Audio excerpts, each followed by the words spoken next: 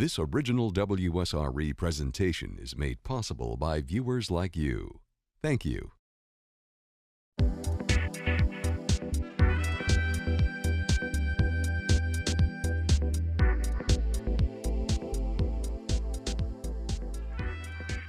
Imagine if you were a wealthy business owner in the 1850s and you had nothing better to do other than make a bet with your friends and family that you could illegally ship slaves from Africa to Mobile, then burn and sink your ship to hide the evidence from authorities who got wind of your scheme. Sounds like a synopsis from a movie or a plot from a mystery thriller? Well, in actuality, it's the backdrop behind a little-known historical event in Mobile, Alabama. We're talking about Africatown. And there are several wonderful organizations, community groups, and individuals working to preserve the legacy of Africatown, as well as a number of efforts to revitalize the community. But tonight on The Aware Show, we're going to feature one of those groups as we highlight the extraordinary story about Africatown, its history, its legacy, and its courageous people. And joining me on the phone to do it, we have Dr. Sharon Ingram. She's the CEO and chairman of the Alabama-Benin Trade Forum. And here in our Aware studios, we're joined by Henry Haseeb on my right. He's the vice president of the Alabama-Benin Trade Forum. And on my left, we have none other than Elder Makinde Gbolahan, Alabama-Benin Trade Forum as well. Thank you all for joining us for this Aware Show. Thank you for having us. This is going to be an exciting Aware Show. Glad to have you there, Dr. Ingram. We'll get to you in a moment. But first, for our viewers, a special treat. A gift from Makinde to you from Africatown. Tumbamile,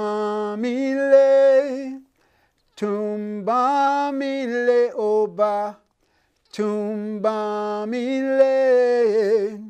tumbamile oba, tumbamile, oh, tumbamile, tumbamile.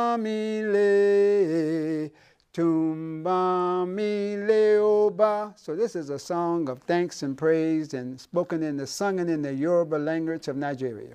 Very good, and this was written by you. By me. It is a very special treat for us. Thank you so much for sharing. Well, thank you very much. Now, we actually go back a long, long way back in the days when I was a news director and public affairs director at WBLX AM and FM here in the market. And so to see you again after all these years and for this occasion to celebrate African American history and culture and to do it by highlighting Africatown is a special treat. But it's also a treat to see you again after so many years, and I am very honored to be on your show. Very good. And also with you, Haseeb, we're so glad to have you join us, as well as Dr. Ingram. We know that you all have been tirelessly working to preserve the history and the legacy of Africatown. And we're going to get to you all and what you've been doing with the Benin African Trade Forum in just a moment.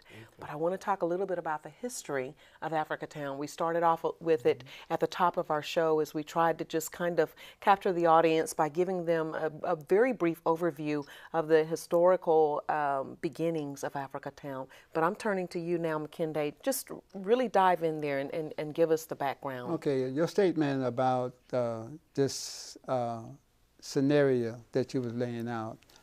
Slavery had ended in 1859, and this bet was the cause of 100 souls being snatched from their homeland, carried across the ocean, and brought to what we call Magazine Point, it's now called Africatown. And it is really a fascinating story of people surviving and people living and people remembering. And I think it's a privilege to be working with Dr. Ingram and Brother Haseeb and trying to preserve this history, because when the people seek to define themselves or get direction, they have to re-identify and reclaim their heritage and their history. And that's what this story is about. The Clotilda was a ship that was about the fastest schooner that they had on in the Gulf area at that particular time. And it was a bet by Foster, the ship owner, the shipyard owner, and the Mayer brothers, very wealthy families in Mobile. In an argument and a debate, like you said, they decided that could they still go to Africa, acquire slaves, and the federal patrols was looking out for that kind of thing because it was still trying to be taking place here in the Gulf. And they made a bet that they could still go over there and get slaves and bring them back to America. So that's what this story is about. It's about a people surviving that. It's about a people striving. And it's about us remembering that sacrifice and that survival that they went through. And this thing really happened. I mean, it sounds, like I said, like a plot in a movie or something like that, but this really happened. And so we know that this is Mobile's history. What do we know happened after that? There's some other things that came into play where these people were kind of left once they were brought here. Well, yes, they was left, and because the feds had got wind that this was taking place. And so they was left, I don't know if it's Canebrake or Mahoney Bridge or one of those named little islands. They was left there for a while. Then they was carried further up in Mississippi and Mobile County and put to another place. And then they came and they took the Clotilda and they burnt the ship to hide and cover up what they had done, because there was severe penalty if they was caught bringing slaves into this country. The people, eventually, I think in your introduction, you were saying about when the Confederate left this area, how happy they was, that they was able then to start building a community, coming together and building the community. And that community is called Africatown US today, and it was Plateau Magazine Point at that time. And they had many families, and they was builders, they had trades, they owned their own businesses, they had bricks, they made their own bricks, they made their own shingles to go on their houses, they was fishermen, and they practiced the art of naturopathic herbal medicines, the natural medicines that they used to stay healthy. And so this was a time when they kept a lot of their traditions, a lot of their foods that they remembered. And the word gumbo is an African word, but it's a mixture of okra and other kinds of things to make a gumbo soup. So they remember a lot of the foods and the traditions that they maintained and preserved. And we have an Afro shea that we used to have many, many years ago when we first started the relatives from Africa who have a lot of their people buried here in Plateau area, in the African cemetery. They used to come over every year, and every year we used to have a big celebration. But when they first came over, the Africans wanted to apologize for being involved in the process of helping enslaving their people. But they was caught up in a system themselves that was actually forced upon them to participate. So we got together and we said that what we was going to do, we was going to reach across the water and join hands together as a people. And even though this was a terrible legacy, we was going to use this legacy to build a community. Awesome. And in that, a lot has come about in recent years with Africatown. There are different organizations, as we mentioned, who have done different things and have been trying to basically preserve the heritage and the history and to make it a really big deal, because it really is a really big deal. And so that's where your organization has come into play. Yes. I was just reflecting on some of the comments there, which is very true, and I was thinking about the great historian, Mr. Henry Williams, that really gave birth to the newer generation, because people say, wait a minute, you wasn't born back then. How do you know all of this stuff? Well, our great historian, Mr. Henry Williams, inspired the mayor of Pritchard. It wasn't mayor at that time, but John Smith. And John Smith, after he became the mayor of Pritchard, he began to work with other government agencies and other people in the community to give us some recognition again of our heritage. Matter of fact, he traced his history back all the way back to Benin. And today, John is buried over in Benin. So we were able to take his ashes as a respect of returning home. Through that effort, John led a delegation in 2005 over to Benin, Africa. And we all went. I was able to go on with that delegation. And we went to Africa, and it was a new beginning for us because, you know, we had a Western mind, and I had never been outside the United States before. And when I got to Africa, it was kind of shocked.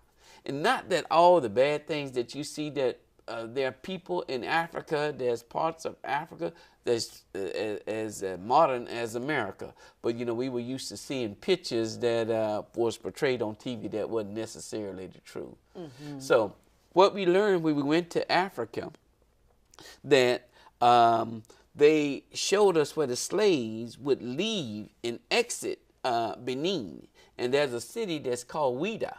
And in Ouida, and this is the city that John is buried, because that's where he traced his family back, and he's still got family members over there now. He traced it back to Ouida, and in Ouida there's what's called a gate of no return. And they showed us that the African would take their last wash off before they would be headed to the ship. So a lot of times the slaves would be put under houses, and I've seen those houses. Matter of fact, we had a house remind me of that I grew up in, and they were off of the ground. But they only sit about so high off of the ground, and all the slaves wasn't in the house, they was under the house. So, you know, after weeks, they would be defecated and everything on themselves. So they would wash them off before they moved them to the big ship to bring them to America. Now, in celebration of that, in 2005, John Smith led a delegation of us over to do a reconciliation. And in the country of Benin, in the city of Cotonou, they have now what's called a gate of return. So we had the gate of no return, and now we go over to celebrate the gate of return. And this is what a lot of descendants of the American slave is not aware of, that there's people in Africa that wants them, they don't have to go back to stay to Africa, but want them to know that they are welcome back home. That's really awesome. Dr. Ingram, we know that you're joining us on the line. Dr. Ingram, once again, is the CEO and chairman of Alabama-Benin Trade Forum. Tell us a little bit more about some of the inner workings right now of what you all have done to go back and get some of the history of Africatown and bring it to the forefront. Thank you, Dee Dee. One thing I want to bring to light and add to what Makinde had said is that just trying to, so we want everyone to picture what had happened to the, I like to say Africans, I don't like to use the term slaves, to the Africans that became enslaved. When they were, imagine being in your homeland and a group of people would come with guns and knives and swords to put around you up as if like you were cattle. And what they would do is they would, whomever they caught, they would put them in little shacks, as we would call them, little tin sheds, and they would keep them in there for about 30 days with nothing but bread and water. So whomever survived, those were the ones that they brought, took to the ship and brought to America. You can only imagine, this was children and women and men, but prior to them going through the door of no return, as Mr. Haseeb had eloquently pointed out, is there's a tree, and it's still in Ouida, that they would make them go around 3 times. And the purpose of that tree was that they were to forget their culture, forget their religion, and forget their homeland. So they had to do this ritual that their captors had made them to do. And once they came to Mobile, they tried to recreate their homeland. In one of the areas, as Mr. Makinde stated, magazine point, but there's another area called Plateau. and I actually visited Plateau in West Benin when I was there. So they continue to speak their native languages. They use a lot of African gardening, as Mr. Makinde alluded to, in their own cooking techniques. So they tried within themselves to try to remain as close as possible in touch with their heritage and their culture. And one thing that we want to note is that they tried everything possible to avoid any white people. And that was because that was their captors, and they was very much afraid of them. And so what we have done with the Alabama-Benin Forum is to make sure that that America, the world, is educated about the true history of what happened between Africa and ultimately in Mobile, Alabama. Most people don't even know, Dee Dee, that Alabama is the last place that the Africans was brought to become enslaved. And so our vision is to make sure we educate our people and also to make sure that we don't return back to that type of environment or that type of mindset. Gotcha. Thank you so much for that input, Dr. Ingram, adding to Makinde and what he had said earlier. And I want to come back to you because, Makinde, you had also mentioned that there has been this, and that's what you all are doing, is this reconciliation now on behalf of Africa. But I also want to, as we talk about that going forward, I want to make sure that we kind of wrap up the story of the Clotilde. Whatever happened to the brothers and Captain Foster after what they did? Well, there was no trial. There was no punishment for that family. That family is still very wealthy in Mobile. And so a lot of the exploitation of not paying people wages, people become extremely wealthy. And that money been passed down from one generation to the next generation. So there was no penalty that was imposed upon them for that particular act. And so going forward, since we know what happened to them, we know that those who were survivors of Africatown picked up the pieces as best they could and began to put their lives back together again with their skills and their labor and the things that they knew from Africa and from life itself. And one of those, you getting ready to say something. I'm getting ready to zoom in and focus on Cudjoe Lewis. Go ahead. But I don't want to take you from where your frame of mind was taking. Okay. One of the last survivors, or the last survivor that's most talked about in all of this has been Cudjoe Lewis. Well, he was a tremendous man of fortitude and vision and a compassion for his community. He was a leader in his community. And he was one of the pillars of the community that held the community together. We had Pojo Allen, we have many others who was also involved at that particular time. But there was a very unique group of people, and like Dr. Ingram said, they desired to hold on to much of their culture as they possibly could hold on to. Because when you live in a predominant culture that's contrary or different from yours, if you don't pass that down, and one institution that they was very much involved in is the church, to try to preserve their heritage and history. And Union Baptist Church, as was established in 1870, as a matter of fact, the school that they opened, the one-room school, also at one time was being taught in Union Baptist Church. They believed in education. They believed that they was going to try to make a better way for their children, and they was willing to sacrifice for that purpose and for that cause. And then there's also Mobile County Training Center. You might as well go ahead and mention that as well as you speak about education. Yes, that was a part of the whole effort. Because before they got a building to accommodate a whole lot of classrooms, they was operating out of Union Missionary Baptist Church. And I think it was also the Hope Baptist Church. They was operating out of that. And eventually they finally got another building and established that school. And I think it's one of the oldest schools in Mobile County. And so they believe that education and preserving their heritage and history and maintaining that cohesiveness was key to being on one accord. And I think that's a big problem that we suffer today because we don't embrace our culture. We don't understand the importance of the lessons that it has to teach us or the wisdom that's in that culture. And I think that groups like what we're representing here tonight, they're trying to change that. Yeah. And so as we zoom in and focus a little bit more on what you all are doing, tell us. What we are trying to do now is bring Africa, and Benin in particular. The president over there, when we met in 2005, and then we went back in 2008, I believe it was, he says to us at the time that Benin is the key to coming home, to coming back to Africa. And if you look at how the country is shaped, it's shaped like a key. So I say, well, maybe that's. So he says, this is your key to coming home. You come in Africa, doing Benin, and then Africa will open up to you.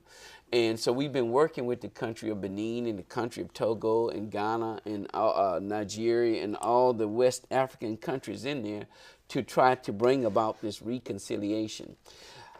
There's opportunities for the descendants that came from Africa economically, culturally. All of these things can be achieved.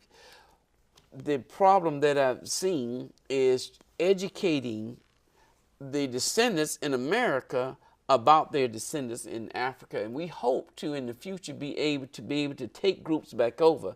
Our overall vision is to get a ship big enough to take 2,000, 3,000, 4,000, 5,000 people, and let's sail back where the ship was brought over here, that we came on a ship. Let's go back home on a ship.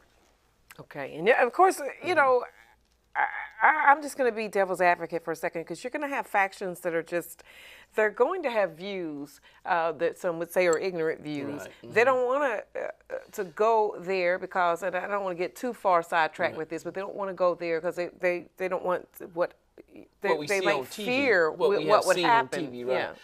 Well, I was afraid too. Mm-hmm. You know, you got that little fear in you because you've seen all this stuff on TV, and I had never been outside of the country. Once you get to Africa, that fear will subside. Now, I would love to, and I hope I'm blessed before I leave here, to be able to go to Africa, to stay over there 6 months, and maybe to come back to America 6 months, and maybe sometime go stay a year or two, and then come back to America. We're not saying you got to go back to Africa like some of people are saying, that you're going to get left over there. But you need to see where you come from. Right. Well, you need to also understand that the people who created astronomy, the people who did irrigate the Nile, people who built pyramids, the people who had first established medicine, dentistry, all of those people, those trades, we was not a people who was doubt the skills of civilization when we came here. We came here knowing these things. So we didn't have no need to be civilized, even though that's the concept that people say. But if you see Mount Kilimanjaro, if you see the beautiful mountains and the valleys, if you see the boulevards with palm trees and 6 and 7 lanes, see, we only see Africa out of the eyes of someone who is trying to distort. But we have many people who vacation in Africa because it's the most beautiful place in the world. It is. And to rediscover that place and to reclaim that rich heritage. Because when civilization first began, it began on the African continent. Christianity did not come from Europe. It came from Africa. So many people have a lot of misconceptions because of what we've been told and what we've been taught. But all of that is just propaganda. Dee Dee, I'd also like to add, to remind our viewers that, you know, slavery officially started in August in 1619. The first ship that came to America docked in Jamestown, Virginia. And something that's worth noting, that was 1 year prior to the Pilgrims landing.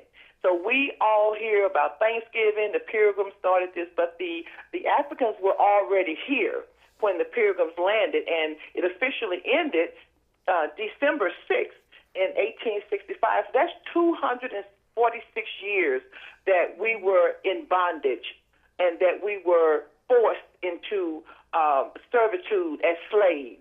And so it's very, very important, as Mr. Makinde and Mr. Haseeb has pointed out, that we educate our children for the next generations and the next generation, so that they will know that they came from royalty.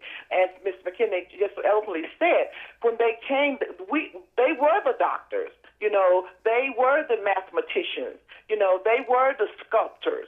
And so the propaganda in the United States via the media has most people, and including blacks, African Americans, to believe that Africa is this famine, disease country, that Nigeria exists because of oil. And we need to change the narrative. We need to change the landscape on that, so that that the United States and the world would know that Africa is gorgeous. It is beautiful. It is the most beautiful continent in the world. And as Mr. Henry just stated, I mean, it is, when you go there, your first trip there, you're in awe. Because we, in this Western mindset, we've been fed all this propaganda all of our lives, and you go there, and it's like, oh, this is like New York, this is like California. You know, they're more advanced than we are.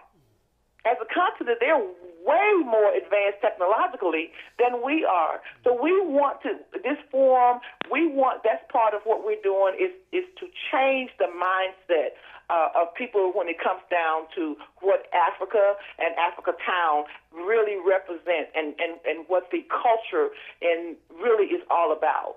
And I'm glad you went there, Dr. Ingram, because that was where I was going next, is to try to just zoom in and focus more. We're talking about Africatown and we're talking about Africa and that sort of thing, but I really want to talk about specifics of what you all are doing on the ground right now to make everything that we're talking about come off the pages of history and into a legacy that we can leave for our children and our children's children.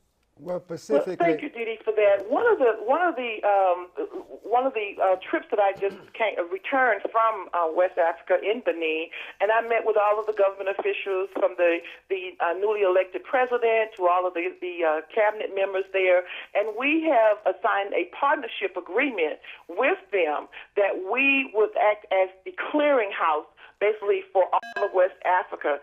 And what that would do is that for businesses, public and private partnership, but businesses in Africa that want to do business in the United States, then they can come through us as a forum. And what we would do is we would pair them with businesses here in the United States that to receive their goods. And also, if there are businesses here in the United States, we want to encourage them also to do business in Africa. So we want this to be a bilateral agreement and approach.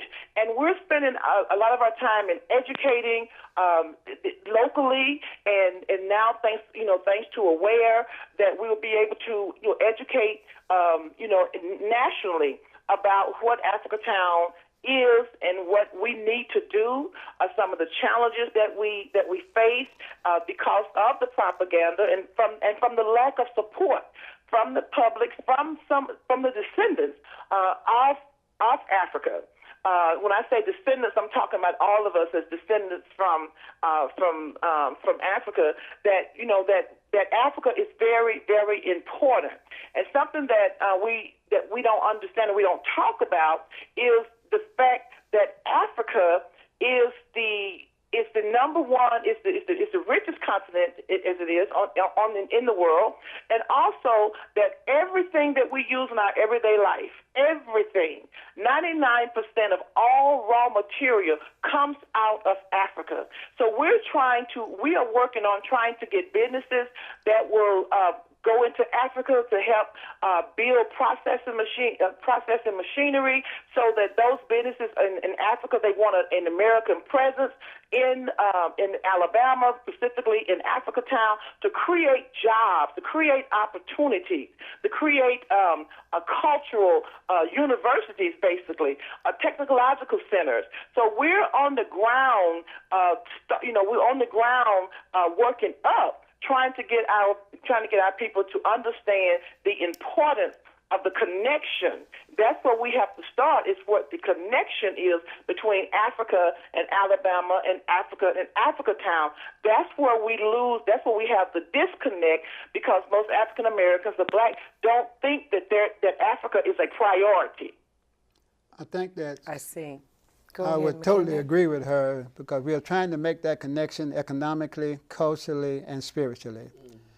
There's a website you can go to called African Growth and Economic Act, and you can look at all the different products that the African have that they would like to try to create trade with these different products. So that's an act that the United States Congress of the United States gave an exemption to the South Sahara countries that they could ship their duties in. And Pritchett and Tuskegee was very fortunate. They voted to set up trade-free zones where you could ship products into these zones without duty. And so those two areas was very, very on the cutting edge of trying to establish this relationship, the economic relationship. We invest our money in a lot of things, but we don't invest our money in the things that going to benefit not only us, but the next generation. If you spend all your resources with someone else, then you can expect for your house to be raggedy. So we have to learn to invest in the things that going to help build and maintain our community. And a lot of the social ills that we are struggling with is because of lack of resources. I see. And Dee Dee, I also like to add regarding AGOA, which is the African Growth Opportunities Act. That was enacted in 2000 into law under President Bill Clinton. And as of March of this year, there are over 8,000 products that can be brought into the United States duty-free. And for our viewers, duty-free is the tariff that's associated with when you're shipping goods, shipped here to the United States, that they charge you a duty.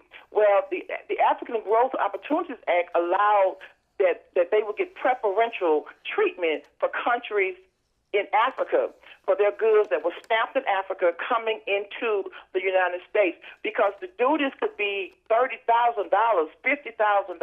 So for a very small farmer or even a very small business owner in Africa, that would just wipe them out completely, or they just would not be able to ship their goods here.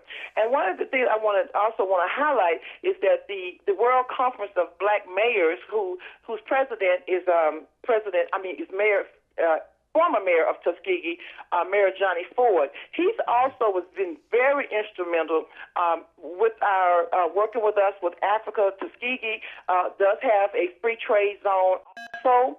And so we have been working side by side, hand in glove with Tuskegee, and also to make sure that we economically, that both Tuskegee and Africatown and Mobile both benefit economically through the AGOA Act. And when we talk about bringing products in, we have the port in Mobile, Alabama. It is the third largest deep water port in the United States. So it can accommodate, it's about 16 berths. So it can accommodate a lot of goods coming from Africa. And you was asking what are some of the things we're doing on the ground, because previously the ships have had to go down to Jamaica and come back up and then come into the United States. So we're working so we have a direct path from Africa to the United States, and once those products come into the United States, then they can be shipped out to via trucking companies. They'll be shipped out to various business owners in the United States. So there's so much opportunity there. It's so much opportunity for Black America, as Makinde said, economically, just the cultural awareness of it. There's so many opportunities that we are missing, and it's very important that we connect the dots. I see, and that's what you all are trying to do. You mentioned Mayor Ford of Tuskegee. I know you've mentioned former Pritchard Mayor John Smith. And also people don't know that Senator Michael Figures, former representative who's deceased, is very involved in trying to establish this. Henry Williams. Yeah, Henry Williams and Representative Bill Clark. All of these was instrumental in Mayor Neal also in Tuskegee was very instrumental in trying to help with this vision to bring it about. So in some regards, some of this vision has come to pass, even though some of these people are not amongst us to see it come to fruition. And then in other regards, there's still much more, as we see, to do. There's a lot of work to do. For instance, a lot of the historical sites need to be highlighted for people the tourists can come, because one of the visions was to start an African market where people can come in and see crafts being done, and they can come in and see a lot of the things, food, and have restaurants and hotels. So the possibility is there. The vision is there. But the resources and the organizational structure and the community support is what we are trying to utilize this service that this platform that you are allowing us to speak to those people to recognize that this is an avenue for economic development, for culture awareness, and for reclaiming something that was actually very valuable to us that we lost. Let's talk Dee Dee, about. also, we want to build an African museum. Okay. In Africatown. We want this museum to represent our ancestors. We want this museum to be one that people from all over the world will be excited about coming to visit this museum. That in itself, the tourism will create much needed resources and an economy boost in Africatown, in the Mobile area also.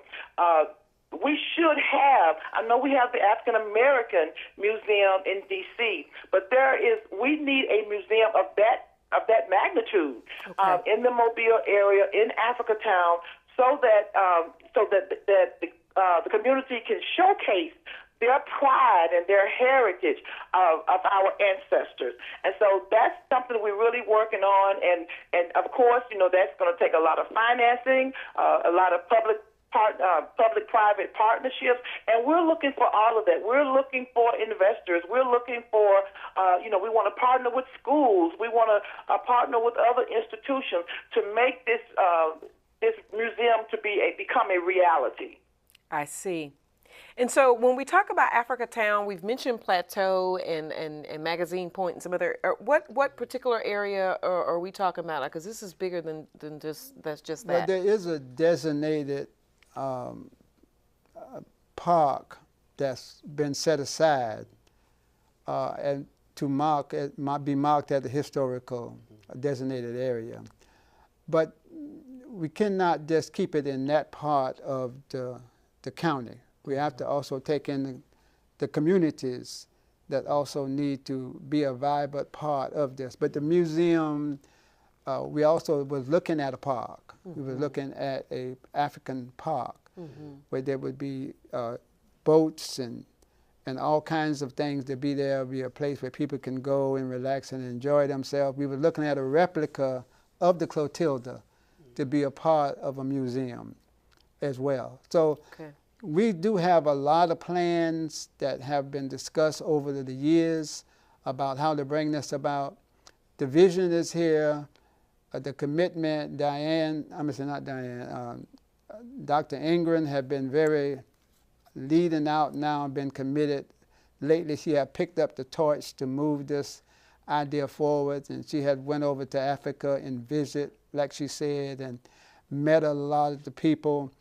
So but we don't have enough organization. That's what I wanted to get to. What are some of your challenges? Right. That's we've been kind of off and on hinting about them, but what are some of the challenges, Haseeb? Well, one thing I wanted to mention, just so we'll know that we do have a new Africatown bridge. over there too, so you can enter Africatown through the Africatown Bridge. Gotcha. It's named Thank you for putting that in there. But some of the challenges that we have, one of them, as we said before, is education of the people. To really know their history. That's a big issue, because I think once people know more about where they come from, then they'll begin to look at it different. Economics. There's so many economic opportunities for us to invest in Africa, and for Africa to be able to invest in us over here.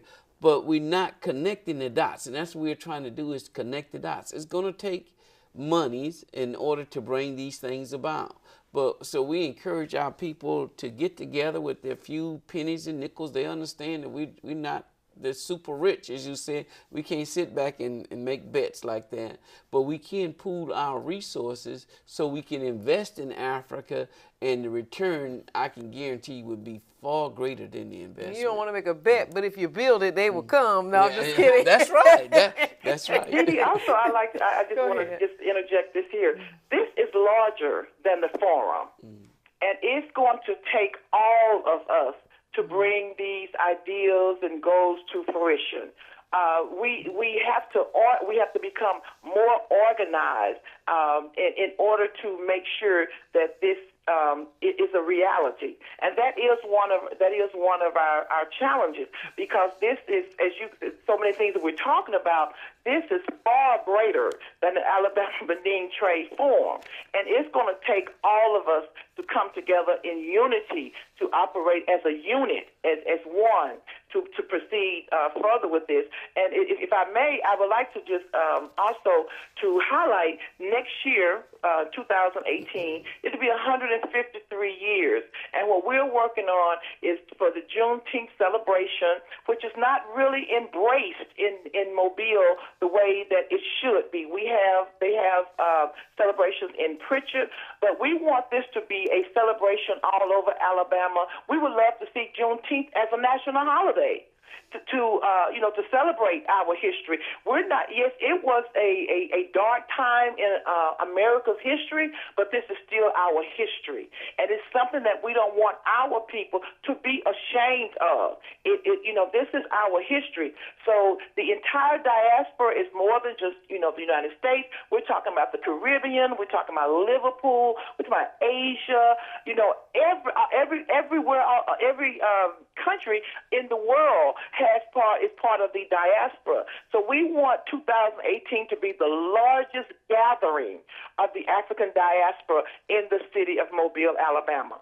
That's huge. And we're inviting the world to come and see what Mobile has to offer in terms of Africatown. Come and see, experience the heritage, experience the culture, experience the possibilities, experience the flavor of what Africatown is made of, and where we come from, where we're going. And I have to keep going back to our generations of our children. If we don't teach them now, if we don't preserve the history now, sooner or later it's going to be forgotten, and we don't want that to happen.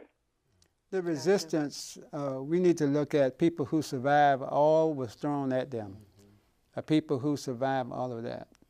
So we are celebrating their survival, and that characteristics of being willing to sacrifice for the next generation, that unselfishness, that commitment to a vision and a future and having hope. In spite of what they was going through, they still sung songs.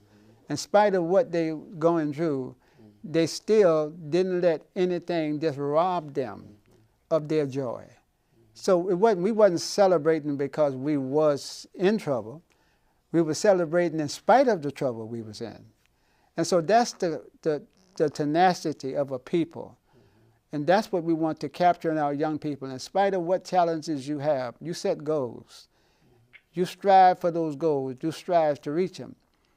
But making people aware of the beauty of their heritage, because it's been so distorted, is one of the key challenges we have. And when it comes to when it comes to the culture exchange that we had, we used to have 2 and 3 blocks of African art and culture dancers and Afro shades where food and celebration was. I was down in South Carolina, and they used to have a group of African dancers come over. And every time that the African dancers come over, the vineyards where they went was packed, because those brothers had all kind of costumes on, and them drums was kicking it, and them beautiful women was dancing. But there was just a whole lot of celebration. They was on stilts. They was dancing on stilts. So there's so much festival, creativity. Yeah, so much creativity when we come together and celebrate ourselves. And we're not holding any bitterness. This is not against anybody. We just struggling to trying to make things better for those who are here. So it's not a struggle against anybody. It's a struggle to survive. I see. I see what you're saying. Well, you know, I was just thinking as you said that, we had some presidents. I remember President Bush being one, because they highlighted him. You can understand now how he got into the spirit. A man that probably couldn't dance, as we saw during his inauguration, but when he went to Africa, he was in it because he was able to get to the spirit. So that's what I'm saying. If you go there and experience that spirit, you'll never be the same. And what did you say about going to Africa and the dancing and the singing and the music? I was saying that there was a saying that they kind of say this sometimes to make us understand just how much we have lost. When they catch the plane and they go to Africa, some of the brothers be on the tarmac and they be playing the African drums. And when you pass by and you didn't get in, there was no response from you, they said, well, yeah, he have lost his soul in America. Uh-oh. and before we're gonna do a little something special for our viewers in just a moment.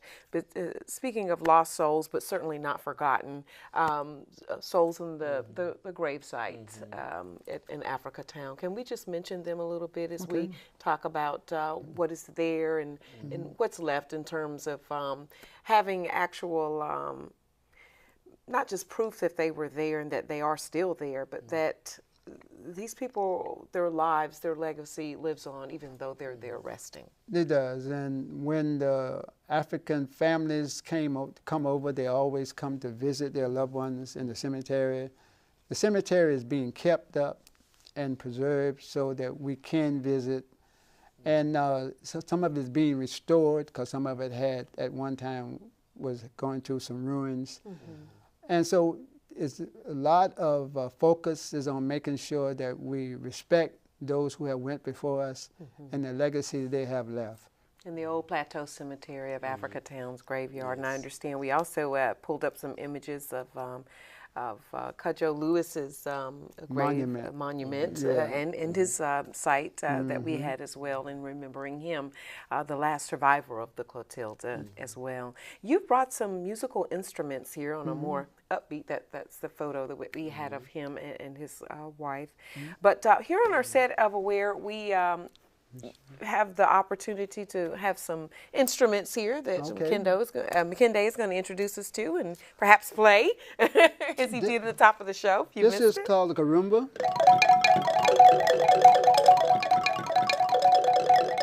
Now we call it xylophone here in America, but we have been playing music. Now music, they say, the kind of music you play determines the health of a community. If you got sick music that's saying sick things, then you got a sick community. But if you got music that's talking about healthy things, and then that reflects a healthy community. So this is called a xylophone.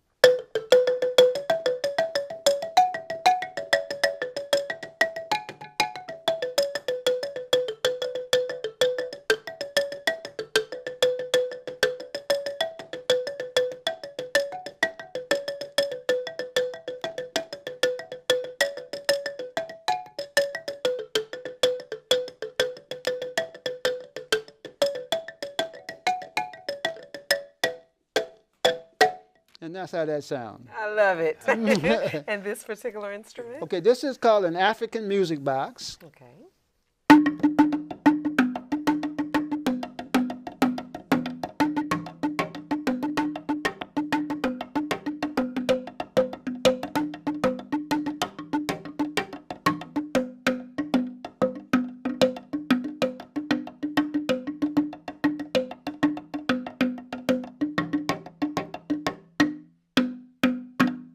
That's how that sounds. I love Well, it. I would say this much: my soul is not dead.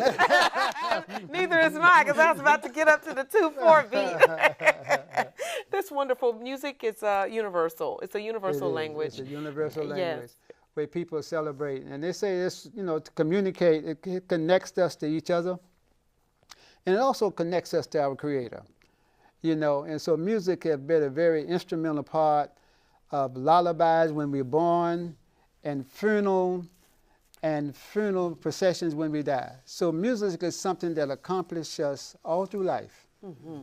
When we celebrate, when we do things, so music is just an intricate part of who we are. And so since we're celebrating, talking about Africatown and all that other good stuff, I appreciate you for bringing and highlighting music here as we do that. So that's just a wonderful way to just work that in. I love it a whole lot. Thank you very much. We know that you brought something as well. Well, this was one of the T-shirts that we sold during the Africatown event here, and this has got a picture of Cudjoe Lewis and his wife, and a replica of the ship that brought us over here. Okay. And on the back of it, it's got some of the ancestries of how it went down. And some of these people we did get a chance to meet of Cudjoe Lewis and those people. A lot of them, well, we got a younger generation, but a lot of them now is deceased that knew the history. And we have to learn how to preserve our history. Gotcha. And Dr. Ingram, as we get ready to close here, do you have any closing comments on the vision that you have for Africatown and the forum? Yes, I thank you again, Dee Dee. I was thinking about when Mr. Henry was talking about our history and what we have in our office. I thought maybe he was going to bring that out, but we actually have a Benin museum within our office. Oh, nice. So you guys are serious. I let Mr. Henry discuss that more because him and his wife painstakingly put that together. Well, yes, we do, and it kind of tells some of the history of our people in Africa. We went over there in some of the festivals that they have, and it also shows the progress that we made in America, to show that we not, because we even given a bad light in America. So some of the great inventions and all, we highlight those things. But everyone is welcome to come and see.